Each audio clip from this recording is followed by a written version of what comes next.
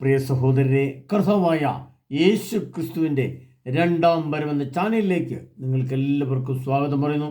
അതിനായി യേശു രാജാവ് ഒരിക്കൽ കൂടി അനുവദിച്ചതോർത്ത് യേശു ക്രിസ്തുവിന് നന്ദി സ്തുതി സമർപ്പിക്കുന്നു. പ്രിയപ്പെട്ടവരെ, നമ്മൾ കഴിഞ്ഞ ചില വീഡിയോകളിൽ പരിശുദ്ധ അമ്മയുമായിട്ട് ബന്ധപ്പെട്ട 2 വീഡിയോയും ചെയ്തിരുന്നു. ഇനി ആ വിഷയങ്ങളെക്കുറിച്ച് ഞാൻ സംസാരിക്കുകയില്ല, കാരണം അതിൻ്റെ കാലം അവസാനിച്ചു. ആ വിഷയത്തെ സംബന്ധിക്കുന്ന പ്രശ്നങ്ങൾ നമ്മൾ മറന്നു. നമ്മൾ യേശു ക്രിസ്തുവിൻ്റെ വരവ് എന്ന്, എപ്പോൾ, എങ്ങനെ, ആരിലൂടെ, ലക്ഷണങ്ങളെന്ത്, ശാസ്ത്രീയത എന്ത്, അതിൻ്റെ കണക്കുകൂട്ടലുകൾ എന്ത്, അതിൻ്റെ സമയങ്ങളുമായോ, അതിൻ്റെ യന്ത്രങ്ങൾ കണ്ടുപിടിക്കപ്പെട്ടോ, അത് എങ്ങനെ പ്രകൃതി അപ്രത്യക്ഷമാകും, ലോകത്തെങ്ങനെ യുദ്ധങ്ങൾ പൊട്ടിപ്പുറപ്പെടും, അതെന്തെല്ലാം കാര്യങ്ങളിലേക്ക് വഴുതി മാറ്റപ്പെടും, ആണവായുധങ്ങൾ എത്ര എണ്ണം ഭൂമിയിൽ നിർമ്മിച്ചു, അതെങ്ങനെ പൊട്ടിക്കാം, എവിടെ നിന്ന് പൊട്ടും, അത് പൊട്ടിയാൽ ഭൂമിയിൽ എന്ത് സംഭവിക്കും, പ്രപഞ്ചമില്ലാതെ ആകുമോ, സ്വർഗം യാഥാർത്ഥ്യമാണോ, പാതാളം എവിടെയാണ്, അതെപ്പോഴാണ്, ഇങ്ങനെ നിരവധിയായ ചോദ്യങ്ങളും ഉത്തരങ്ങളും നമ്മൾ കണ്ടെത്തുകയും അതിൻ്റെ പഠന ക്ലാസ്സിലൂടെയും അതിൻ്റെ പഠന കാര്യങ്ങളിലൂടെ നമ്മൾ കടന്നു പോവുകയും ചെയ്യുമ്പോൾ, പ്രിയപ്പെട്ടവരെ, ചെറിയ ചെറിയ വാഗ്വാദങ്ങളോ ചെറിയ ചെറിയ ആശയക്കുഴപ്പങ്ങളോ ഒന്നും നമ്മൾ ശ്രദ്ധിക്കുകയേ വേണ്ട. ഇപ്പോൾ നമ്മുടെ ശ്രദ്ധ എങ്ങോട്ട് വരണമെന്ന് ചോദിച്ചാൽ, വിശുദ്ധ മത്തായിയുടെ സുവിശേഷം 24-ാം അധ്യായം അതിൻ്റെ 15-ാം തിരുവചനത്തിലേക്ക് നമ്മൾ വരണം. പരിശുദ്ധമ്മയുടെ കാര്യങ്ങളൊക്കെ അവിടെ നിൽക്കട്ടെ. അതിൻ്റെ ശരിയും തെറ്റിയും ഒക്കെ മനസ്സിലാക്കാൻ കഴിവുള്ള ജനങ്ങളാണ് നമ്മളെല്ലാവരും. ശരി ഏത് തെറ്റ് നമ്മൾ വിവേചിച്ചു, മനസ്സിലാക്കി, ഗ്രഹിച്ചു.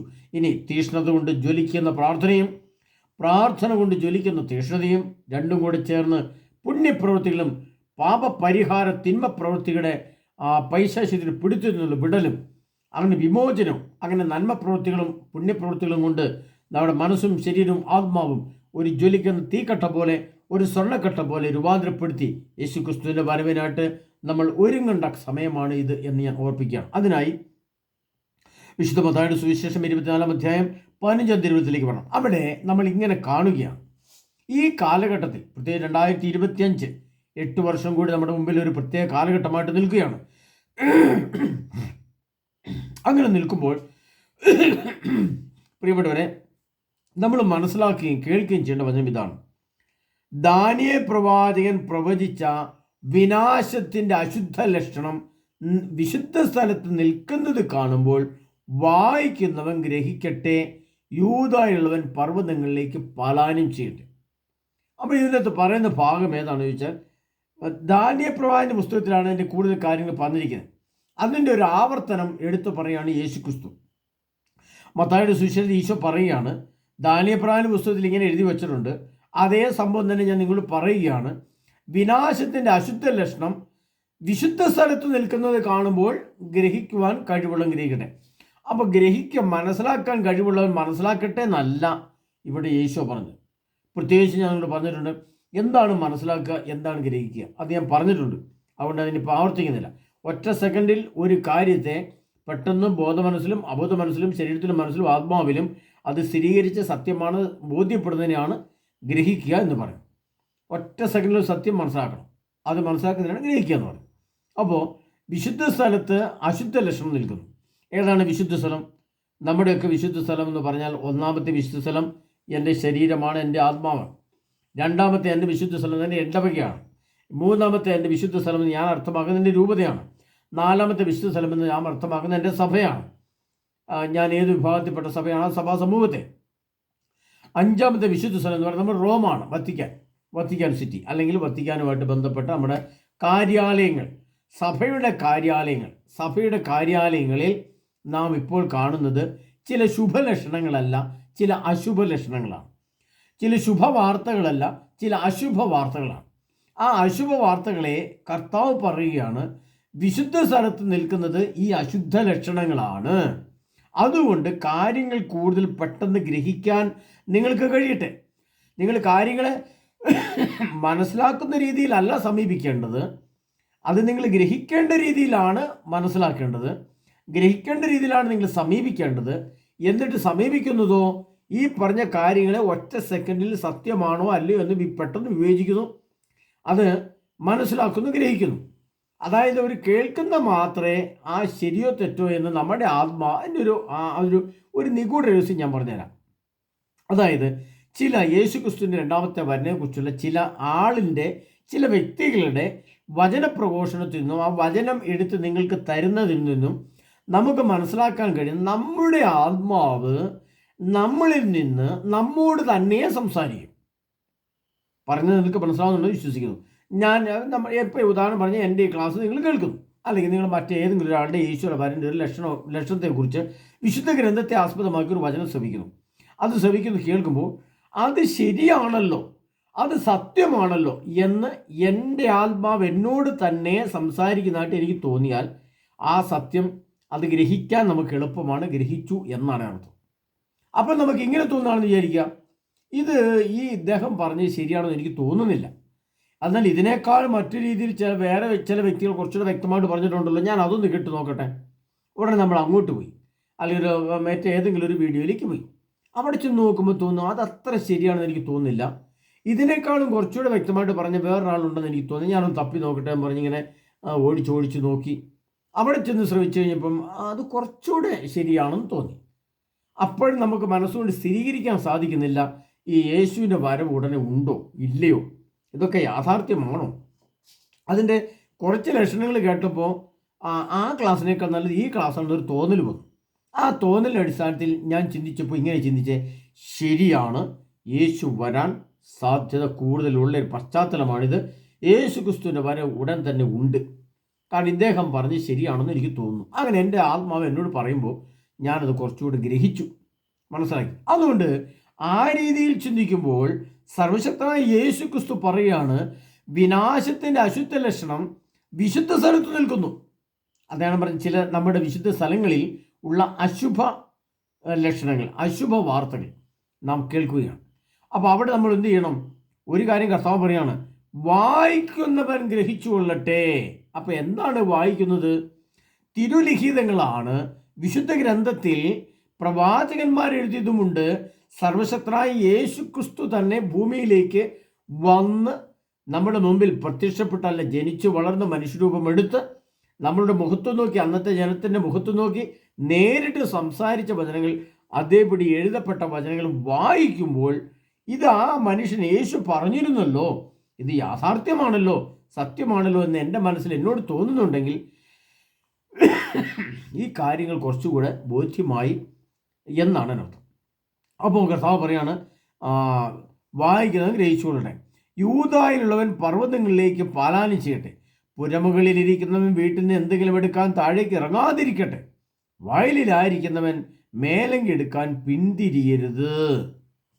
ആ ഒരു പശ്ചാത്തലം എത്തിയ കാലഘട്ടത്തിലാണ് നമ്മളിപ്പോൾ ആയിരിക്കുന്നത്. അപ്പോൾ വിനാശത്തിൻ്റെ അശുദ്ധ ലക്ഷണം എന്തൊക്കെയാണ് എന്ന് നമ്മൾ ചിന്തിക്കുമ്പോൾ നമുക്ക് ഇന്നത്തെ പത്രമാധ്യമങ്ങളിൽ കൂടെയുള്ള വാർത്തകൾ, കുറച്ച് വാർത്ത ശ്രദ്ധിക്കുന്നവരൊക്കെ ഉണ്ടാവും. ടെലിവിഷനിൽ കൂടെ, മൊബൈൽ ഫോണിൽ കൂടെ, അല്ലെങ്കിൽ പത്രമാസികളിൽ കൂടെ ഒക്കെ വായിക്കാൻ ശ്രദ്ധിക്കുന്നവരുണ്ട്. അവർക്കറിയാം ഈ വാർത്ത വായിക്കുമ്പോൾ നമുക്കൊരു സന്തോഷമല്ല ഉണ്ടാകുന്നത്. ബസ് ആക്സിഡൻറ്റിൽ 8 പേര് മരിച്ചു, ഇന്ന് ഡൽഹിയിൽ സ്ഫോടനം 8 പേര് മരിച്ചു എന്ന് കേൾക്കുന്നു.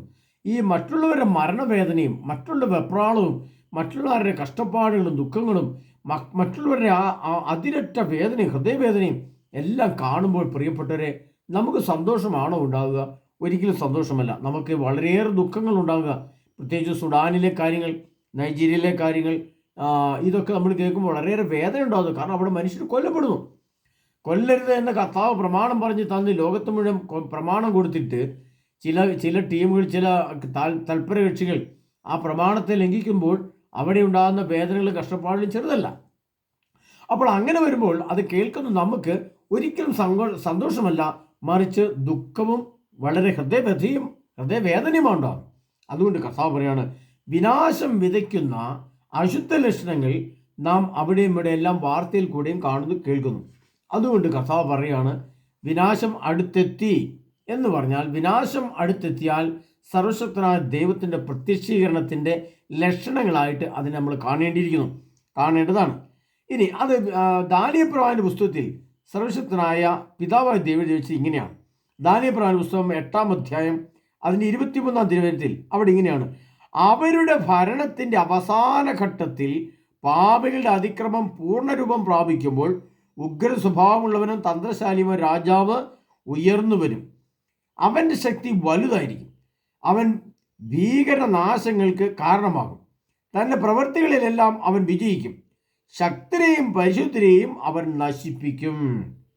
കൗശലം കൊണ്ട് അവൻ വഞ്ചന നിറഞ്ഞ മാർഗത്തിൽ വിജയിക്കും. ഇതാണ് ഇപ്പോൾ ആ ഭാഗത്തുള്ള ഏറ്റവും വളരെ പ്രധാനപ്പെട്ട സംഭവം. ഇപ്പോൾ നമ്മൾ കേൾക്കുന്ന വാർത്തകളിലെ അശുഭ വാർത്തകൾ എന്താ അവരുടെ ഭരണത്തിൻ്റെ അവസാന ഘട്ടത്തിൽ പാപികളുടെ അതിക്രമം പൂർണ്ണരൂപം പ്രാപിക്കുമ്പോൾ ഉഗ്ര സ്വഭാവമുള്ളവരും തന്ത്രശാലിമാർ രാജാവ് ഉണർന്നു വരും. അതിൻ്റെ ഒരു സ്റ്റാർട്ടിംഗ് പോയിന്റ്, ഒരു തുടക്കത്തിലാണ് നാം ഉള്ളത്. അവരുടെ ഭരണം ചിലതെന്ന് പറഞ്ഞാൽ വത്തിക്കാനിലെ ഭരണമാവാം, കൂട്ടുകെട്ട് കക്ഷികളുടെ ഭരണമാവാം, മറ്റു ഉപജാപക വൃന്ദങ്ങളുടെ ഭരണമാവാം, അല്ലെങ്കിൽ കൂരിയ പോലുള്ള ചർച്ചാ സംഘത്തിൻ്റെ ഭരണമാവാം. ഈ യുഗം അതിൻ്റെ അന്ത്യത്തിലേക്ക് അടുക്കുന്ന ഈ കാലഘട്ടങ്ങളിൽ ഉള്ള ഭരണ സംവിധാനം ഏതോ ആ ഭരണ സംവിധാനത്തിന് കീഴിലുള്ളവരുടെ അതിക്രമം അതിൻ്റെ പൂർണ്ണ രൂപത്തിലേക്ക് പ്രവേശിക്കുകയാണ്. പ്രത്യേകിച്ചും മാതാവിൻ്റെ കാര്യം പറഞ്ഞ് അവിടെ കൺഫ്യൂഷൻസ് ഉണ്ടാക്കുന്നു. ശരിയാണ്, സത്യമാണ് പറയുന്നത്, പക്ഷേ അതിനകത്തും ചില പ്രശ്നങ്ങൾ വീണ്ടും അവശേഷിക്കും. മറ്റൊന്ന് അത് ഈ കാലഘട്ടത്തിൽ പ്രഖ്യാപിക്കുന്നു എന്നുള്ളതാണ്. മറ്റൊന്ന് നമ്മുടെ കാര്യാലയങ്ങളിൽ മറ്റ് ചില വ്യക്തികൾക്ക് പ്രവേശനം കൊടുത്തിരിക്കുന്നതായിട്ട് നമ്മൾ കാണും. അങ്ങനെ കുറേയേറെ അശുഭ വാർത്തകൾ നമ്മൾ കേൾക്കുമ്പോൾ കർത്താവ് പറയുകയാണ്, അവരുടെ ഭരണത്തിൻ്റെ അവസാന ഘട്ടത്തിൽ പാപികളുടെ അതിക്രമം പൂർണ്ണരൂപം പ്രാപിക്കുമ്പോൾ ഉഗ്ര സ്വഭാവമുള്ളവരും തന്ത്രശാലിമാർ രാജാവ് ഉയർന്നു വരും. അവൻ്റെ ശക്തി വലുതായിരിക്കും. അവൻ ഭീകരനാശങ്ങൾക്ക് കാരണമാവും. തൻ്റെ പ്രവൃത്തികളെല്ലാം അവൻ വിജയിക്കും. ശക്തന്മാരെയും പരിശുദ്ധരെയും അവൻ നശിപ്പിക്കും. ആരാണ് ശക്തന്മാർ? അതാണ് ഇസ്രായേൽ ജനം. ആരാണ് പരിശുദ്ധന്മാർ? അതാണ് കത്തോലിക്ക സഭാജനങ്ങൾ. സഭ മൊത്തമായിട്ട് കണക്കോട് സഭാജനം. അവർ പരിശുദ്ധരാണ്. ശക്തന്മാർ വിശുദ്ധിയും കായിക ശക്തിയും സാമ്പത്തിക ശക്തിയും ഉള്ളവരാണ് ഇസ്രായേൽ ജനം. അതുകൊണ്ടാണ് ശക്തന്മാരെന്ന്. വിശുദ്ധന്മാരെന്ന് പറയുമ്പോൾ വിശുദ്ധി നിറഞ്ഞവർ, യേശു ക്രിസ്തുവിൻ്റെ വചനം ശ്രമിച്ചവരെല്ലാം വിശുദ്ധി നിറഞ്ഞവരാണ്. ക്രിസ്തുവിൻ്റെ വചനവും ക്രിസ്തുവിൻ്റെ കൗദാശി തലങ്ങളും അതിൻ്റേതായ രീതിയിൽ കാണുകയും കേൾക്കുകയും ചെയ്ത് വിശുദ്ധി പ്രാപിച്ച് വിശ്വാസം, വിശുദ്ധി, രൂപാന്തരണം ഫലം ചൂടി നിൽക്കുന്ന ആ സാഹചര്യത്തിലുള്ളവരെല്ലാവരും എന്താണ്? വിശുദ്ധന്മാരാണ്. അപ്പോൾ വിശുദ്ധനെയും അവർ നശിപ്പിക്കും. അപ്പോൾ നമ്മളെ നശിപ്പിക്കുവാൻ, ക്രിസ്ത്യാനികളെ നശിപ്പിക്കുവാൻ, കത്തോലിക്ക സഭയെ നശിപ്പിക്കുവാൻ, സഭയുടെ വിശ്വാസത്തെ നശിപ്പിക്കുവാൻ, സഭയുടെ കെട്ടുറപ്പിനെ നശിപ്പിക്കുവാൻ, വിശ്വാസത്തിൻ്റെയും വിശുദ്ധിയുടെയും ജ്ഞാനത്തിൻ്റെയും വിവേകത്തിൻ്റെയും കാര്യങ്ങളിൽ സംശയങ്ങൾ സൃഷ്ടിക്കുവാൻ, അങ്ങനെ പ്രാർത്ഥനാ ജീവിതത്തെ വലിച്ചെറിയുവാൻ, അങ്ങനെ വിശ്വാസത്തിൻ്റെ വിശുദ്ധിയുടെയും തലങ്ങളെ മാറ്റിവെക്കുവാൻ, ക്രിസ്തുവിനെ രാജാവും രക്ഷിതാവും സ്നേഹനിധിയും മരിച്ചവരിൽ നിന്ന് ഉയർപ്പിക്കുന്ന, വീണ്ടും വന്ന് നമ്മളെ സ്വർഗത്തിലേക്ക് കൂട്ടിക്കൊണ്ടുപോകുന്ന ഒരു വലിയ ദൈവത്തിൻ്റെ പ്രത്യക്ഷീകരണം ഉണ്ട് എന്ന് വിശ്വസിക്കുന്നത് ഇല്ല എന്ന് വിശ്വസിക്കത്തക്ക രീതിയിൽ നമ്മുടെ ആത്മാവിലെ വിശുദ്ധിയുടെ തലങ്ങളെ മാറ്റിമറിക്കാൻ കെൽപ്പുള്ള ചില സംവിധാനങ്ങൾ, ചില കാഴ്ചപ്പാടുകൾ, ചില പ്രസ്താവനകൾ നമ്മുടെ മുമ്പിൽ വരുമ്പോൾ കർത്താവ് പറയാണ്, അവൻ ശക്തരെയും വിശുദ്ധരെയും നശിപ്പിക്കും. കൗശലം കൊണ്ട് അവൻ വഞ്ചന നിറഞ്ഞ മാർഗത്തിൽ വിജയിക്കും. ഇതെല്ലാം ചില കൗശലങ്ങൾ, ചില തന്ത്രങ്ങൾ, ചില കുരുട്ടുകുത്തികൾ, ചില കാവട്യങ്ങൾ ഉടലെടുക്കുന്നതിൻ്റെ ഭാഗമായി നമ്മൾ കാണുന്ന ഇത്തരം കാര്യങ്ങളെ സർവശക്തനായ യേശുനാഥൻ പറയാണ്, നിങ്ങൾ അരമുറുക്കുകയും വിളക്ക് കത്തിച്ചും ഇരിക്കുവിൻ. ലൂക്കാട് സുവിശേഷത്തിൽ ആ വചനമുണ്ട്, നിങ്ങൾ അരമുറുക്കുകയും വിളക്ക് കത്തിച്ചും ഇരിക്കുവിൻ. എന്താണ് അരമുറുക്കുക എന്ന് പറഞ്ഞാൽ? ശരീരത്തെ ഒരുക്കുക എന്നാണ് ആ വാക്കിൻ്റെ അർത്ഥം. അതായത് എൻ്റെ ഇന്ദ്രിയങ്ങളെ ഒരുക്കുക, എൻ്റെ ആത്മീയ കാഴ്ചപ്പാടിനെ ഒരുക്കുക, എൻ്റെ മാനസിക വിശുദ്ധിയെ വർദ്ധിപ്പിക്കുക, ഈ ലോകത്തോട് ചേർന്ന് നിൽക്കാനുള്ള താല്പര്യത്തെ കുറച്ചു കൊണ്ടുവരിക, സാമ്പത്തിക മേഖലകളിൽ ഉള്ള ആഗ്രഹങ്ങളെ കുറച്ചു കൊണ്ടുവരിക, നമ്മുടെ ഈ ലോകത്ത് നമ്മുടെ ഇന്ദ്രിയങ്ങൾ കണ്ടുകൊണ്ടും കേട്ടുകൊണ്ടും ഇരിക്കുന്ന മാധ്യമങ്ങളെയൊക്കെ മാറ്റിവെക്കുക, അങ്ങനെ ദേവാലയം കൂദാശികളും ധ്യാനങ്ങളും ആരാധനകളുമായിട്ട് കൂടുതൽ ബന്ധം സ്ഥാപിക്കുക. അങ്ങനെ എല്ലാ വിധത്തിലും ഒരു മനുഷ്യൻ്റെ മനസ്സിനെയും ശരീരത്തെയും ആത്മാവിനെയും യേശുക്രിസ്തുവിൻ്റെ വരവിനായിട്ട് ഒരുക്കുന്നതിനെയാണ് കർത്താവ് പറഞ്ഞിരിക്കുന്നത്. നിങ്ങൾ അരമുറുക്കിയും വിളക്ക് കത്തിച്ചു വരിക. ഏതാണ് വിളക്ക്? നമുക്കറിയാം. 5 കന്യകമാരുടെ വിളക്ക് ഏതായിരുന്നു? അവരുടെ 5 ഇന്ദ്രിയങ്ങളാണ് 5 വിളക്ക്. ആ 5 ഇന്ദ്രിയങ്ങളിൽ സർവശക്തനായ യേശു ക്രിസ്തുവിൻ്റെ തിരുവചനങ്ങൾ, അത് യേശുവിൻ്റെ സുവിശേഷം മുതൽ, അപ്പസ്തോല പ്രവർത്തനം മുതൽ, ലേഖനങ്ങൾ മുതൽ അങ്ങോട്ട് പോയാൽ വെളിപാട് ഗ്രന്ഥം അവസാനത്തെ വചനം വരെ, അതിൻ്റെ ഇടയ്ക്ക് കൊണ്ട് നിർത്താനുള്ളതല്ല. വെളിപാട് ഗ്രന്ഥത്തെ ആസ്പദമാക്കിയും കൂടെ നാം നമ്മുടെ പ്രിപ്പറേഷൻ അഥവാ ഒരുക്കം ക്രമീകരിച്ചെടുക്കുന്നതിനാണ് കർത്താവ് പറഞ്ഞത്. എന്താ പറഞ്ഞത്? നിങ്ങൾ അരമുറുക്കിയും വിളക്ക് കത്തിച്ചും ഇരിക്കുവിൻ. നമ്മുടെ ഇന്ദ്രിയങ്ങളും ആത്മാവും മനസ്സും ശരീരവും കാഴ്ചപ്പാടും മുഴുവനും പരിശുദ്ധിയുടേത് മാത്രമായിരിക്കണം, ലോക ജഡമോഹങ്ങളുടേത് ആയിരിക്കരുത്. എന്നാൽ നാം അതിന് ഘടകവിരുദ്ധമായിട്ടാണ് പ്രവർത്തിക്കുന്നതെങ്കിൽ ശിക്ഷാവധി ഭയാനകവും ഭീകരമായിരിക്കും പ്രിയപ്പെട്ടവരെ. അതുകൊണ്ട് കർത്താവ് യേശു ക്രിസ്തുവിൻ്റെ രണ്ടാമത്തെ വരവിൻ്റെ ഒരുക്കത്തിൻ്റെ കാര്യങ്ങളിലേക്ക് നമ്മൾ കൂടുതൽ ശ്രദ്ധിക്കുക. അതിനായി ഈ മാസം ഏറ്റവും അവസാനത്തെ വെള്ളി, ശനി, ഞായർ ദിവസങ്ങളിൽ എളിദാസിൻ്റെ ഭവനത്തിൽ ക്ലാസ് ഞാൻ പറഞ്ഞിട്ടുണ്ട്. ക്ലാസ്സുകൾ ഉണ്ട്. താല്പര്യമുള്ളവർക്ക് പേര് രജിസ്റ്റർ ചെയ്ത് വരാവുന്നതാണ്. കാരണം ഈ ക്ലാസ്സുകൾ ഞാൻ എൻ്റെ ക്ലാസ്സുകളെ സംബന്ധിച്ച് ഒരു പ്രത്യേക രീതിയിൽ സംസാരിക്കുകയാണ്. ഈ ക്ലാസ്സുകൾ പോലെ നിങ്ങൾക്ക് മറ്റൊരു ക്ലാസ് ഈ ലോകത്തിന് ഒരു ഭാഗത്തും കിട്ടുകയില്ല. കാരണം അതിൻ്റെ അറിവിൻ്റെ തലത്തിലും ജ്ഞാനത്തിൻ്റെ തലത്തിലും അതീന്ദ്രിയ ദാർശനിക വരത്തിൻ്റെ അടിസ്ഥാനത്തിലുമാണ് ക്ലാസ് വരുന്നത്. ആ രീതിയിൽ സംസാരിക്കുമ്പോൾ, ക്ലാസ്സുകൾ കേൾക്കുമ്പോൾ നിങ്ങൾ കൂടുതൽ ഒരുങ്ങാൻ എളുപ്പം കിട്ടുകയും ഒരുക്കത്തിന് ആക്കം കൂടുതൽ കിട്ടുകയും അങ്ങനെ ഒരുങ്ങപ്പെടുന്ന വ്യക്തി ഒരു പുതിയ മനുഷ്യനായിട്ട്, പുതിയ സൃഷ്ടിയായിട്ട് ഒരു പ്രത്യേക രീതിയിലുള്ള ആത്മീയ ജീവിതം നയിക്കുകയും ചെയ്യും. അങ്ങനെ നയിക്കാൻ സാധിക്കുന്ന പശ്ചാത്തലം നമ്മൾ ഇപ്പോൾ സൃഷ്ടിക്കപ്പെട്ടിട്ടുണ്ട്, ഇപ്പോഴുണ്ട്. അതുകൊണ്ട് കഴിയുന്നത്ര ആളുകൾ വന്ന് വചനം ശ്രവിച്ച് വെളിപാട് ഗ്രന്ഥത്തെ ആസ്പദമാക്കിയത് സനാതന സുവിശേഷത്തിലാണ് ഞാൻ കൂടുതൽ ശ്രദ്ധ തിരിക്കുന്നത്. സുവിശേഷത്തിലല്ല, യേശുക്രിസ്തുവിൻ്റെ സുവിശേഷത്തിലല്ല കൂടുതൽ ശ്രദ്ധിക്കുന്നത്. എന്നാൽ അതിനകത്ത് വചനത്തിനകത്തുനിന്ന് വരും. എന്നാൽ സനാതന സുവിശേഷം അഥവാ വെളിപാട് ഗ്രന്ഥത്തെ ആസ്പദമാക്കിയുള്ള ഒരുക്കവും ധ്യാനങ്ങളും ക്ലാസ്സുകളുമാണ് ഏറ്റവും കൂടുതൽ ലഭിക്കുക. അതിന് കഴിയുന്നത്ര ആളുകൾ വന്ന് എത്രയും പെട്ടെന്ന് കർത്താവിൻ്റെ വരട്ട് ഒരുങ്ങുക. കാരണം മിന്നൽപ്പട പോലെ ആയിരിക്കും മനുഷ്യത്തിൻ്റെ ആഗമനം. ഗർഭിണിക്ക് പ്രസവേദന എന്നതുപോലെ പെട്ടെന്ന് നാശം അവരുടെ മേൽ നിബന്ധിക്കും. അങ്ങനെ നാശം നിബന്ധിച്ചു കഴിഞ്ഞ് പെട്ടെന്നൊരു ആഗോള യുദ്ധം പൊട്ടിപ്പുറപ്പെട്ടതിന് ശേഷം അയ്യോ അയ്യോ ഇനി എന്ത് എന്ന് ആരോടും എങ്ങോട്ടും ചോദിച്ചാൽ ഉത്തരം കിട്ടുന്നതല്ല. ഇപ്പോൾ ഉത്തരമുണ്ട് പ്രിയപ്പെട്ടവരെ. അതിനായി നമുക്ക് ഒരുങ്ങാം. അതിനായി എല്ലാ വിവാദങ്ങളെയും മാറ്റിവെക്കാം, എല്ലാ മറ്റു ചിന്തകളെയും മാറ്റിവെക്കാം. കർത്താവ് യേശു ക്രിസ്തുവിൻ്റെ രണ്ടാമത്തെ വരവിൻ്റെ ഒരുക്കം എങ്ങനെ, എപ്പോൾ, ഏത് രീതി, അതിനെക്കുറിച്ച് പഠനം, അതിനെക്കുറിച്ച് ധ്യാനം, അതിനെപ്പറ്റിയുള്ള ആരാധനകൾ, അതിനെപ്പറ്റിയുള്ള കാഴ്ചപ്പാടുകൾ, അതിനെപ്പറ്റിയുള്ള ജ്ഞാനത്തിൻ്റെ വരങ്ങൾ എല്ലാം മേടിച്ച് എത്രയും പെട്ടെന്ന് യേശുവിൻ്റെ വരവിനായിട്ട് നമുക്ക് ഒരുങ്ങാനുള്ളൊരു കാഴ്ചപ്പാടിലേക്ക് നമുക്കെല്ലാം മാറാൻ സർവശക്തനായ യേശു നമ്മെ ഓരോരുത്തർ സമൃദ്ധമായി അനുഗ്രഹിക്കാൻ മാറട്ടെ. ആമേൻ.